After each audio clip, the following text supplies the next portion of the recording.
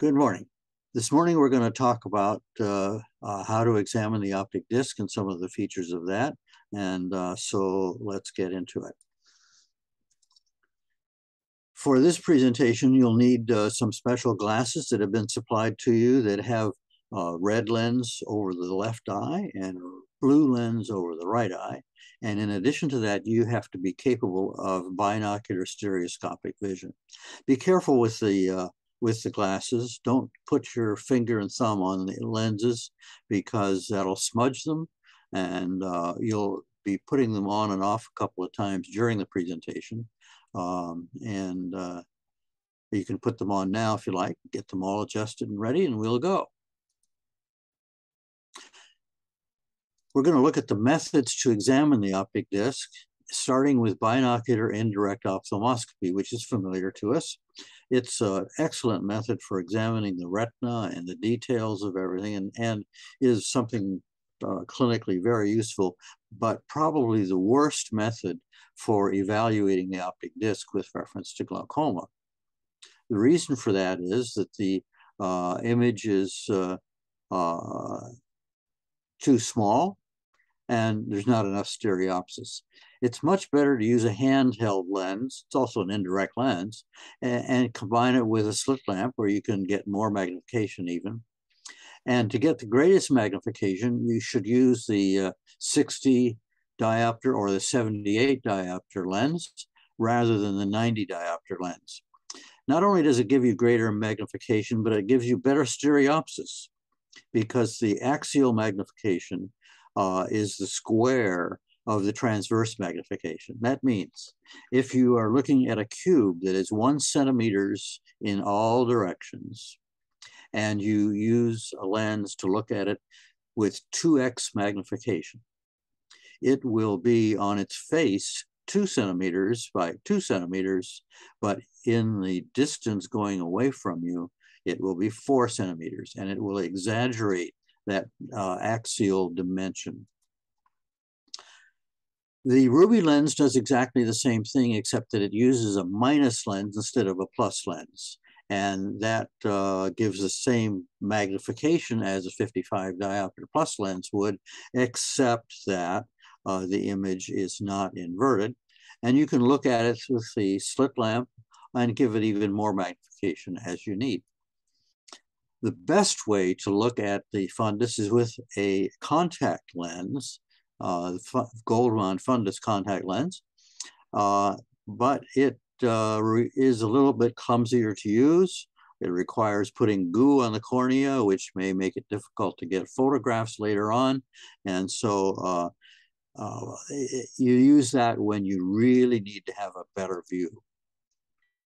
You can also examine stereo pair photographs, and that's a good way to look at them too. The disadvantage compared to the slit lamp method is that you don't have the slit beam to use, which you can use to profit at the slit lamp in order to move the slit across the disc and so on, and yet another way to evaluate its three-dimensionality in addition to the stereopsis. At this time, if you would, please take off the glasses carefully, don't smudge the lens, and we'll use them again in just a minute or two. We may do this a couple of times through the presentation. Now here, without stereopsis, you can see physiologic cups. What one can see is that the nerve fibers come from the different regions of the retina, and they enter an opening in the sclera, where they then proceed out the back of the eye, forming the optic nerve. And there is a nice little sleeve going around the exit canal. It's represented in white here. And what's left over after the nerve fibers occupy a certain portion of the disc is a cup in the center. And the larger the disc is, with the same number of nerve fibers coming in, the larger the cup is in the middle. And that's just normal physiology. That's the normal anatomy of the optic disc. And the size of the cup depends simply on the size of the disc itself. Now, in glaucoma, what happens is that there's a sectoral decrease in the number of nerve fibers. And so while there are a good number of nerve fibers entering down here, up at the top, we can see that there aren't as many nerve fibers. And so therefore, in the top sector of the disc, it's a little bit thinner than it is in the other sectors. And that is the predominant basis for recognizing early glaucomatous cupping. It's recognized by the absence of the amount of tissue here. And the rule is that in a physiologic cup, the inferior sector has the most nerve fibers. Next is the superior sector, but that's violated in this picture. The superior sector is not the place where there's the most abundant nerve fibers. Then comes nasal, and then comes temporal. And that's the rule. Inferior, superior, nasal, temporal, isn't, ISNT. That should be the sequence, and it's violated here because the inferior is not the second most abundant, the superior is not the second most abundant sector. And to go along with that, there are defects in the visual field seen in the inferior sector of the field, corresponding to this retinal region. It's a Goldmann field in use at the time that this was discovered, that was the sign of glaucoma. And but these darkened areas are areas where there is diminished vision. And you can see the difference here, can't you? I mean, here is a disc where there's an abundant amount of tissue in all sectors. And here, there's a good amount in these sectors, but a deficient amount in the superior sector. And it's the second one, inferior, superior, nasal, temporal. So it should be the second most abundant, and it's not. So can you tell the difference between a normal configuration and a glaucomatous configuration? It's almost as simple as that. Well, not quite. We're going to see some places where we have trouble determining whether that's so or not, but that is the difference. To go through and just recheck ourselves on the anatomy, what's happening is that the retina is here, and there's nerve fibers. They're all coming together toward the disc, and so they are thicker in amount at the disc, and it's harder to see. It's harder to see through this to see the disc and the edge of the disc, but that's the area we're going to be wanting to examine. And you can see the choroid is underneath the retina, and then the sclera, which comes and joins the dura mater. And across the nerve, as it exits, and just before it gets its myelin and turns into white tissue instead of gray matter, the lamina cribrosa goes across, and there are holes in it. You know that. I want to point out the flange of scleral tissue that goes around this exit canal. It comes up and in most cases separates the choroid from the disc. And you see that when you look in, you see it as a white stripe around the disc. Here you go. Here you have the disc tissue and so on, and there's the white stripe.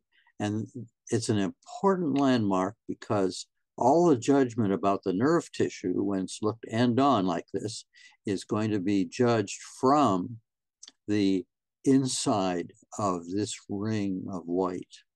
Here it is in a larger disc where you can see the inside of that. That is the real disc margin, so to speak, is the inside of that white ring. And your judgment about the tissue being present is the diameter or the radius from that point. This demonstrates the isn't rule. Inferior first, superior next, nasal next, and temporal next. And in a larger disc, again, inferior, superior, nasal, and temporal. This is an illustration of the entire field of view, and it is shown only to emphasize that there is a mounding of the tissue in the region of the optic disc and making it more difficult to see the details at the edge of the disc. And we'll see some examples of that. In fact, in this particular one, although you can't quite tell, the pigment epithelium comes in and covers part of the choroid, and we're going to see what that's about. Here, the pigment epithelium is coming along. And when it gets to the end of Bruch's membrane, it makes a turn back and then continues as the neural retina. Here's where the photoreceptors start. And so we have this area of deep pigment just ahead of the disc margin. Here's the scleral flange right there. And when you see it ophthalmoscopically, it's like this bottom photograph. It's around the disc and around, look carefully, here is the white rim around the disc, and the disc tissue starts inside that white rim. Not very pink, it's not very darkly colored in this, its contrast isn't right. But anyway, there's a, an anatomic variation, and that's the point of this. There are some humongous anatomic variations with a tilted disc. And here, if you look down with an ophthalmoscope, you will see the sclera, and you'll see the choroid, and then you'll begin to see some of the layers of the retina, and there'll be a rim of anomalous tissue that you see surrounding the disc. Okay, now is the time to put your glasses back on with the red lens over the left eye. I see lens is misspelled, sorry about that. Put the red one over the left eye and we're ready to go. And here you can see a physiologic cup in stereo. And prominently you can see the rim around the tissue, and you can see the disc tissue itself around the circumference. And as always, the inferior one is larger than the superior one, which is larger in turn than the nasal one. And the temporal one here, it's a little slanted, and so you don't, but it's not as abundant as nasally. And so there we go. And here's, again, another normal disc. We get tired of that after a while. But here we notice something different. Superiorly, the tissue that's here is a little bit sparse, not quite as much as there is down below, or nasally, or temporally. There's thinning of the rim of tissue here, remembering to count only from the inside of the scleral rim. And right here, there's just not very much compared to inferiorly down here. And that's a sign of early clinical. That's it. Is that you can see that there's more tissue above and below than in the right side after it has progressed. Same disc seen some months later or years even. And now you can see that there's not as much tissue. The tissue has disappeared from down below and it's excavated. And up above, it's excavated in comparison to the before picture. It's subtle, but it helps to look at the other eye and see that they're not the same.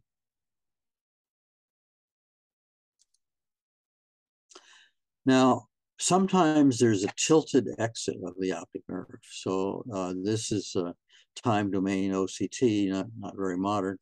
But the nerve fiber layer is coming and then leaving the eye in an oblique fashion. And from the other side, from below, it comes and it leaves the eye obliquely. And when we look at that ophthalmoscopically, we can see that the nerve goes around, but that from below, the nerve goes straight in. And it's actually a little hard to tell where the scleral lip is. Makes it very difficult to evaluate this sector of the disc. But the thing is that when nerve fibers disappear, looking at the OCT diagram from here, what happens is that the side of the cup moves outward. When nerve fibers disappear from this side or the bottom, actually what happens is that the cup goes backward more than it expands outward. And so to judge this disc, we have to be thinking in our mind, not what this direction, but in the direction toward you and away from you as to whether or not that is getting thinner. And that's what makes it difficult to evaluate a disc where the exit is oblique. This is the other eye, same patient. Here's another, this is a non-glaucomatous disc that has a tilt. And you see the vessels tending to not go through the center, but going instead to the bending around and going beneath our field of view, whereas the fibers that are coming here are coming in and just going in a flat plane and exiting also to the upper left. And it's judging the thinness of this area is difficult because the sitting goes away from you. Fortunately, what happens is that when doing so, it becomes pale in addition to excavating. And then you can tell that sometimes and see kind of a pale extension of the cup in a vertical direction, and that's a key marker. Oh, sometimes it's just almost hopeless. There is so much sloping that the vessels going around there, and here, oh, the nerve tissue is kind of a broad thing here, and how could you ever tell that it's moving away from you and backwards? Well, the only clue is going to be pallor. You can see that there is some loss of some coloration in the tissue in the lower temporal quadrant, and the actual bottom of the cup is way over here. And so maybe there's the same amount of tissue. Very difficult to judge.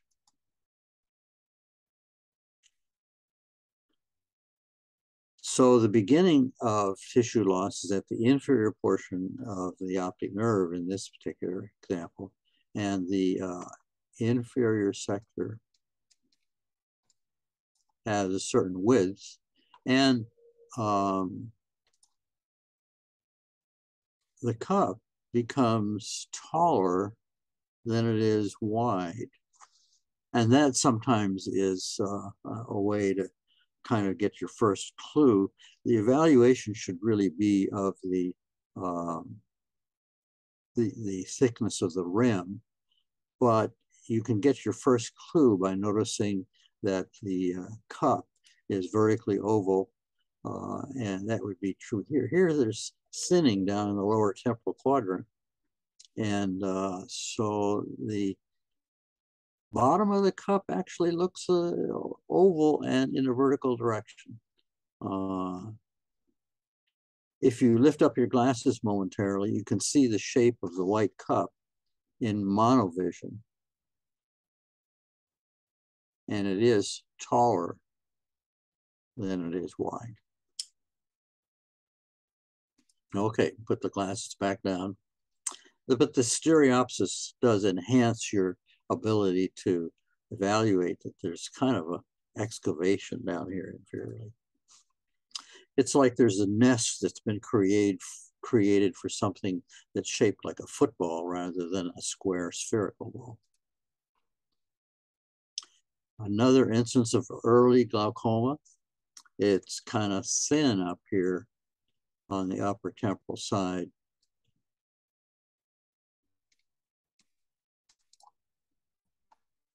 Compared to elsewhere. So it's localized cupping, usually above, but sometimes upper temporal or lower temporal, and as we'll see sometimes elsewhere. But this disc did go on and progress, and so now it's much more evident that the poles of the disc superiorly and inferiorly are excavated more than the other poles of the disc.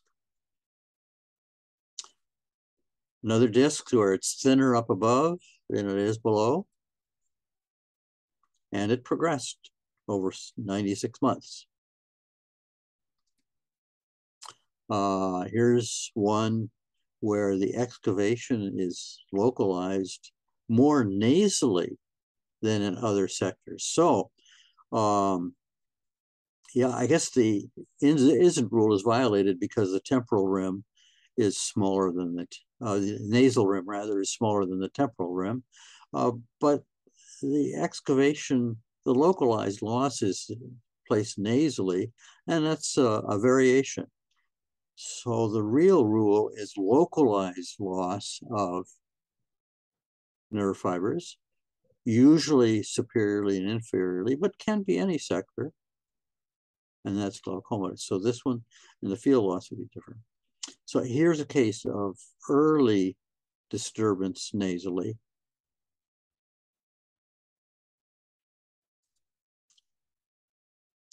So what do you think about this disc? Give you a minute or so to look at it. Think there's any problem here? Well, pretty good, healthy rim. Well, when you look at it in stereopsis, you come to appreciate that there is really an excavation down here inferiorly. And that's where the stereopsis comes in. It wasn't so obvious when you're looking at it in the monocular view, which is the one on the left.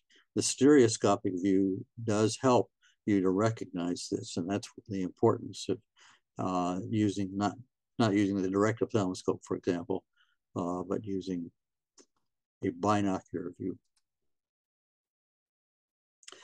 This particular case, you can come to believe if you realize from your records that there was a splinter hemorrhage down inferiorly 5 years earlier than the photograph shown.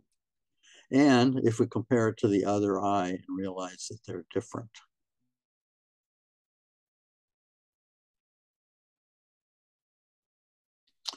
All right, what do you think about this one?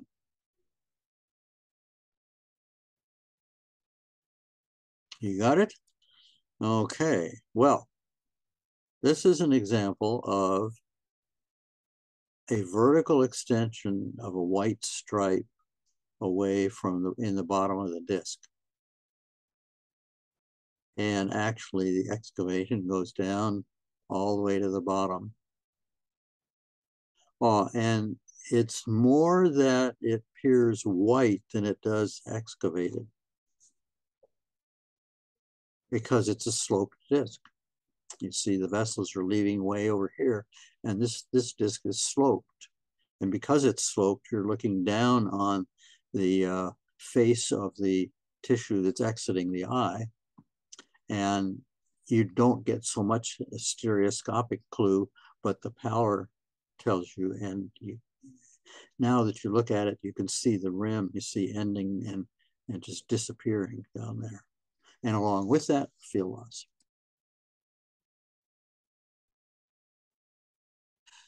So let's go on to another instance here. Oh, what do we have here? We have a disk where we can see the scleral rim and follow it around, and it goes, I guess, around here, huh? Going here. I guess that's it. And then over here on the other side of that rim, we see reduplicated pigment epithelium, which we're used to seeing here. We see some right up here at that top of the disc. So there we are. And the rim is a little bit thick, the scleral rim. But what is this pigmented tissue inside the rim? That's a strange thing. And what it is it's uveal tissue that is coming underneath this distorted disc, underneath the retina, over the scleral rim, and under the nerve fibers that are exiting through this tilted disc. And it shows up as a pigmented crescent described by Bruce Shields. It's called a Shields crescent. And it's different from the pigment epithelium crescent as seen here. And it's underneath the nerve fibers. It's just an anatomic variant. But remember that we have to evaluate the rim tissue from the interior of the scleral lip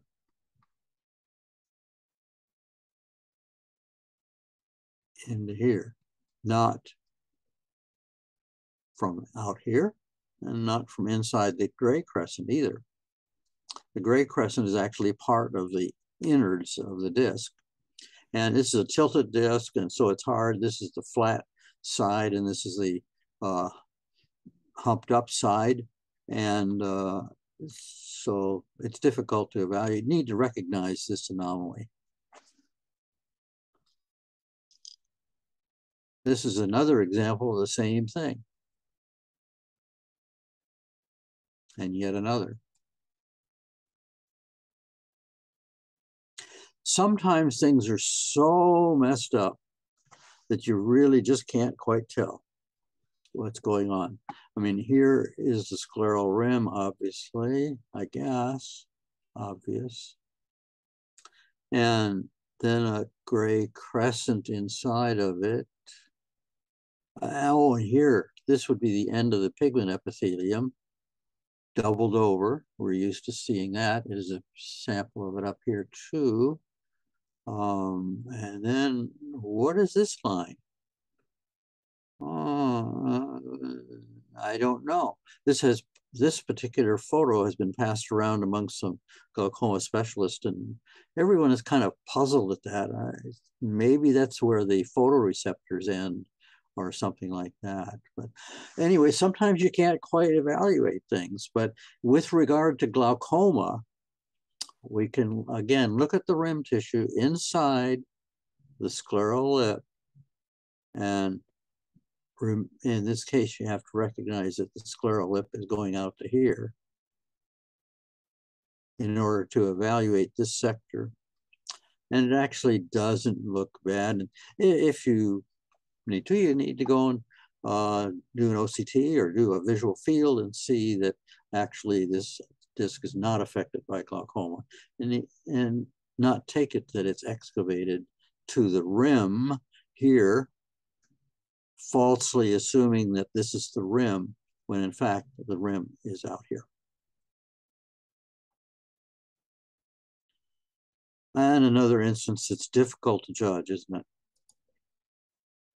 Now, sometimes there's an anomaly all the way around the disc. And what's happened here is that the pigment epithelium has ended before reaching the disc.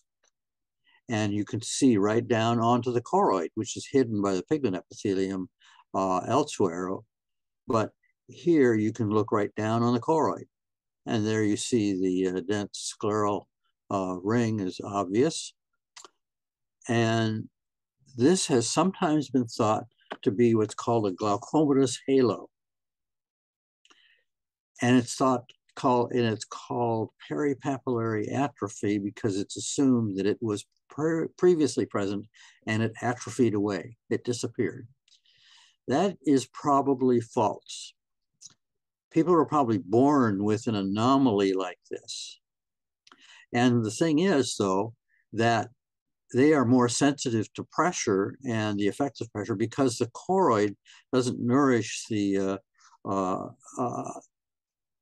nerve fibers that are going across this space where there's no pigment epithelium protecting it from the choroid. And as it goes across the space, it's going to disappear and be damaged. And so many discs are completely excavated and have this halo, and it's assumed that the halo resulted from the glaucoma. And while it is true that people that have some disturbance of the pigment epithelium around the disc, it can enlarge over time in a glaucomatous patient, sometimes in normal patients. It's probably not true that it all resulted from glaucomatous damage. There are plenty of examples of people that have halos. But with the exposure to the choroid, the nerve fibers are susceptible to damage. And so they easily can get glaucoma, even normal tension glaucoma, and look like that. Sometimes it's not in a ring, but it's just as a sector. Here you can clearly see the end of the pigment epithelium, and it's doubled over. And that's not the kind of thing that would happen from atrophy. So this is an area of there's the scleral rim. There's an area of choroid that's been bared, and it's a tilted disc. And this is actually called an inferior conus. Frequent that this sector of the disc becomes excavated because the nerve fibers are subject to disturbance when it goes over the bare choroid, or at least that's my idea of it.